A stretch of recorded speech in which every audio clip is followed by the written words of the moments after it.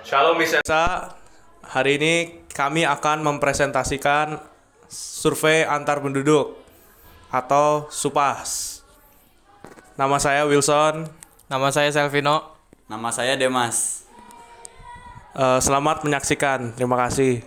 Nah, jadi apa itu SUPAS atau Survei Penduduk Antar Sensus? Nah, SUPAS atau Survei Penduduk Antar Sensus adalah kegiatan survei kependudukan yang dilakukan oleh Badan Pusat Statistik atau BPS yang ada di Indonesia. Nah, pada interval waktu itu di antara dua sensus penduduk, tujuannya adalah untuk menjembatani kebutuhan data pendudukan yang akurat dan terkini, mengingat sensus penduduk hanya dilakukan setiap 10 tahun sekali.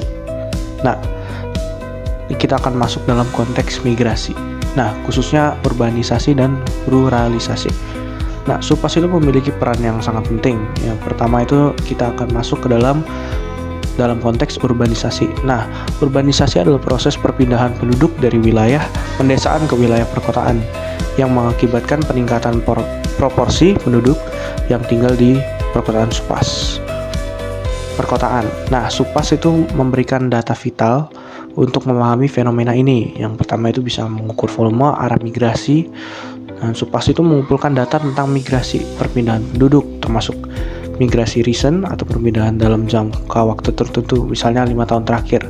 Data ini memungkinkan BPS untuk mengestimasi berapa banyak penduduk yang pindah dari desa ke kota, dari satu kota ke kota lain atau dari provinsi ke satu provinsi yang lain.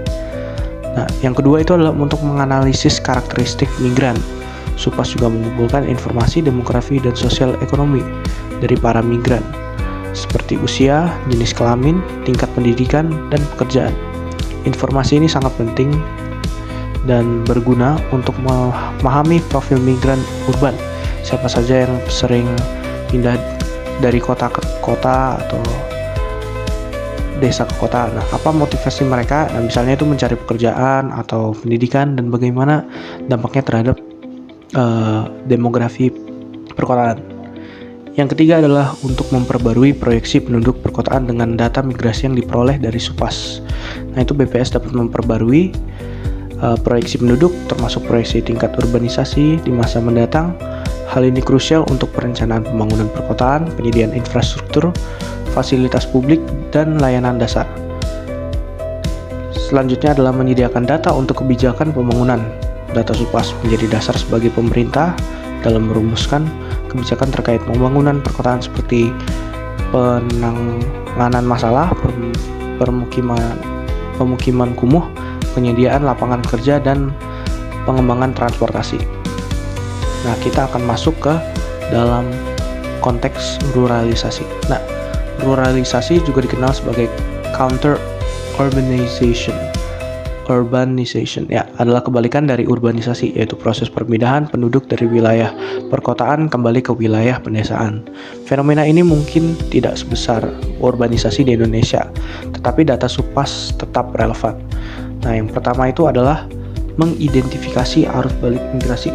Meskipun urbanisasi itu mendominasi, SUPAS itu dapat mengidentifikasi adanya arus migrasi balik dari kota ke desa. Data ini penting untuk melihat apakah tren ruralisasi dan seberapa besar volumenya, dan ke daerah pedesaan mana saja penduduk kembali. Yang kedua adalah untuk mempelajari faktor pendorong ruralisasi dengan menganalisis karakteristik migran yang kembali ke desa. SUPAS dapat membantu mengidentifikasi faktor-faktor pendorong ruralisasi seperti keinginan kembali untuk ke kampung halaman, mencari ketenangan, atau adanya peluang ekonomi baru di pedesaan. Yang ketiga adalah mendukung pembangunan pedesaan. Mengenai ruralisasi dapat digunakan untuk mendukung kebijakan pembangunan pedesaan dan misalnya dalam pengembangan potensi ekonomi lokal, peningkatannya kualitas layanan di desa, atau program-program yang menarik penduduk kembali ke desa. Secara keseluruhan, SUPAS adalah instrumen yang penting bagi BPS untuk menyediakan data kependudukan yang komprehensif termasuk data migrasi. Data ini sangat fundamental dalam memahami dinamika populasi, termasuk fenomena urbanisasi dan ruralisasi, serta menjadi landasan bagi perumusan kebijakan pembangunan yang berkelanjutan dan berkeadilan. Selanjutnya adalah tujuan dari SUPAS dalam konteks migrasi, urbanisasi, dan ruralisasi. Terima kasih. Tujuan utama survei penduduk antar sensus atau SUPAS dalam konteks urbanisasi dan ruralisasi adalah untuk memberikan data yang akurat mengenai perpindahan penduduk atau migrasi antar daerah perkotaan atau urban dan perdesaan atau rural, serta memperbarui proyeksi penduduk yang ada. SUPAS membantu memahami dinamika perpindahan penduduk, mengidentifikasi pola migrasi, dan memberikan informasi penting untuk perencanaan pembangunan dan kebijakan yang terkait dengan urbanisasi dan ruralisasi. Mengukur urbanisasi. Wawancara. Petugas SUPAS menanyakan, apakah responden pindah dalam 5 tahun terakhir? Kedua, pencatatan. Mereka mencatat asal, desa, dan tujuan kota perpindahan, serta informasi demografi, usia, pendidikan, pekerjaan, dan lain-lain. Dan alasan migrasi, misalnya mencari pekerjaan atau pendidikan lebih baik. Analisis data ini membantu mengidentifikasi karakter dan motif pendorong urbanisasi, mengukur ruralisasi atau kota ke desa. Wawancara. Sama seperti urbanisasi, SUPAS menanyakan riwayat perpindahan. Pencatatan. Dicatat asal, kota, dan tujuan desa perpindahan, serta data demografi dan alasan migrasi, misalnya mencari ketenangan, biaya hidup lebih rendah, atau pensiun. Lalu ada analisis.